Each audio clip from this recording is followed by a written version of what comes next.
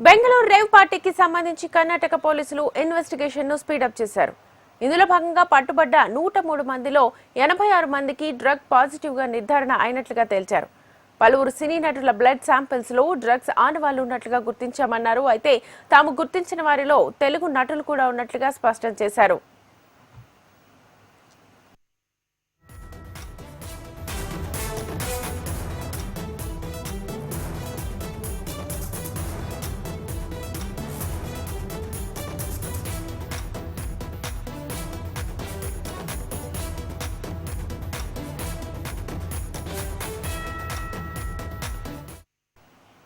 కర్ణాటకలోని బెంగళూరు శివారు ప్రాంతంలో మే 19వ తేదీన జరిగిన ఓ రేవ్ పార్టీని పోలీసులు భగ్నం చేశారు. కాగా ఆ రేవ్ పార్టీకి ఏపీ బెంగళూరుకు చెందిన 100 మందికి పైగా ప్రముఖులు హాజరైనట్లుగా ప్రచారం జరిగింది.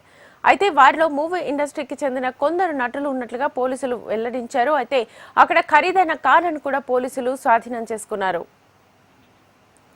అయితే డ్రగ్స్ తీసుకున్నట్లుగా నిర్ధారణ అయిన వారిలో తెలుగు నటి ఉన్నారని వెల్లడించిన కర్ణాటక పోలీసులు ఆమె పేరు మాత్రం బయటకు చెప్పలేదు. అయితే రేవ్ పార్టీ విషయంలో వెలుగులోకి రాగానే అందులో తెలుగు నటి హేమ పాల్గొన్నారంటూ సోషల్ మీడియాలో ప్రచారం జరిగింది.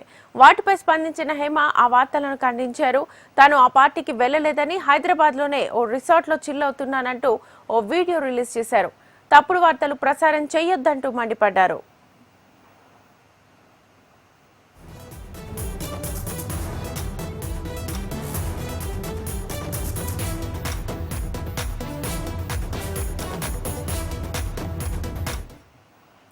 కాగా రేవ్ పార్టీ వ్యవహారంపై Bengaluru city police commissioner Dayanand media సమావేశాన్ని ఏర్పాటు చేసి రేవ్ పార్టీ అంశంపై వివరాలు తెలిపారు. రేవ్ పార్టీలో నటి హేమ పాల్గొన్నారని స్పష్టం చేశారు. తాను బెంగళూరు పార్టీకి వెళ్లలేదంటూ ఆమె రికార్డ్ చేసిన వీడియో ఎక్కడ తీశారో దానిపైన దర్యాప్తు చేస్తున్నామని వెల్లడించారు. మరోవైపు రేవ్ పార్టీకి సంబంధించి కీలక విషయాలు వెలుగులోకి వస్తున్నాయి. తాను రేవ్ పార్టీకి వెళ్లలేదంటూ నటి హేమ ఓ వీడియో రిలీజ్ చేశారు. మరోవైపు హేమ ట్రావెల్ చేసిన ఫ్లైట్ టికెట్ బహిర్గతమైంది. మే 18న హైదరాబాద్ నుంచి బెంగళూరుకు హేమ బయలుదేరి వెళ్లినట్లుగా ఆధారాలున్నాయి. గత శనివారం మధ్యాహ్నం 1:55 శంషాబాద్ నుంచి బెంగళూరుకు ఇండిగో 6E6305 విమానంలో వెళ్లినట్లుగా టికెట్లో తెలుస్తోంది. అదే రోజు మధ్యాహ్నం 3:15 ఆమె బెంగళూరు చేరుకున్నారు. ఇప్పుడు ఈ ఫ్లైట్ టికెట్ అంశం కేసు దర్యాప్తులో కీలకం కానుంది.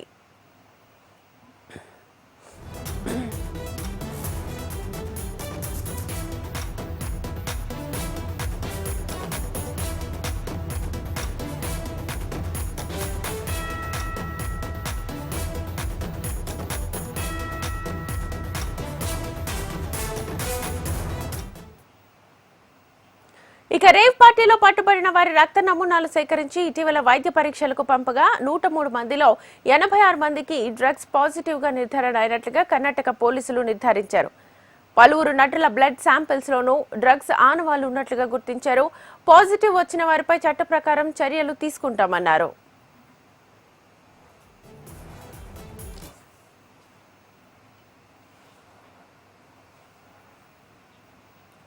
బెంగళూరు రేవ్ పార్టీ అంశంపై తెలుగు సినీ నిర్మాత నటి కుమార్ రెస్పాండ్ అయ్యారు. రేవ్ పార్టీలో దొరికిన సినిమా సెలబ్రిటీస్ పై మూవీ ఆర్టిస్ట్ అసోసియేషన్ చర్యలు తీసుకోవాలని ఆయన డిమాండ్ చేశారు.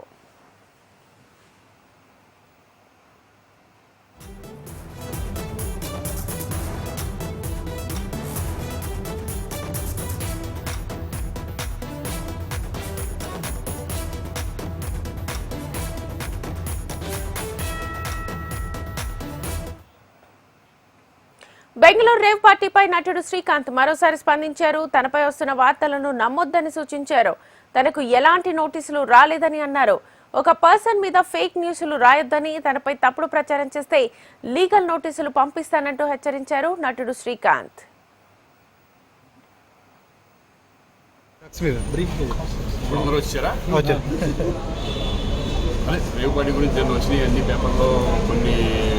నేను కూడా ఉన్నానని అలాగే ఉన్నాడని వచ్చింది కదా. నిన్న ఆల్రెడీ నేను ఎక్స్ప్లెయిన్ చేసుకున్నాను, అన్ని పేపర్లో రావడం జరిగింది. కానీ మీరు కూడా ఇటువంటి ఇన్సిడెంట్లు రాయడం ఎందుకంటే మంచిది, ఎందుకంటే పబ్లిక్ అవేర్నెస్ నుంచి సొసైటీ బాగుపోవడం నుంచి మీరు ఇటువంటివన్నీ హైలైట్ చేస్తూ వస్తే ఉన్న యూత్ డెఫినెట్గా దాన్ని చూసి నేర్చుకుంటారు. సో ఒకటి ఏంటంటే నేను మీ ద్వారా నేను అనేది ఏంటంటే ఫేక్ న్యూస్ని మాత్రం ఒక పర్సన్ మీద రాయొద్దు అనేది నేను రిక్వెస్ట్ చేస్తున్నాను.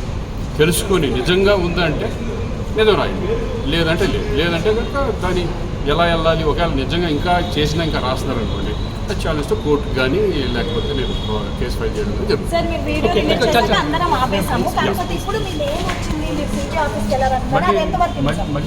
ఈ రోజు వచ్చింది మేకా శ్రీకాంత్ ఉన్నారు అని మీరు సిటీ ఆఫీస్ కూడా చూద్దాం. ఒకవేళ వెళ్ళారు. నిజంగా ఎవరన్నా రాస్తే నేను డైరెక్ట్ కోర్టుకి వెళ్తాను, కోర్టులో తెచ్చుకుంటాను, నేను ఫైల్ చేస్తాను.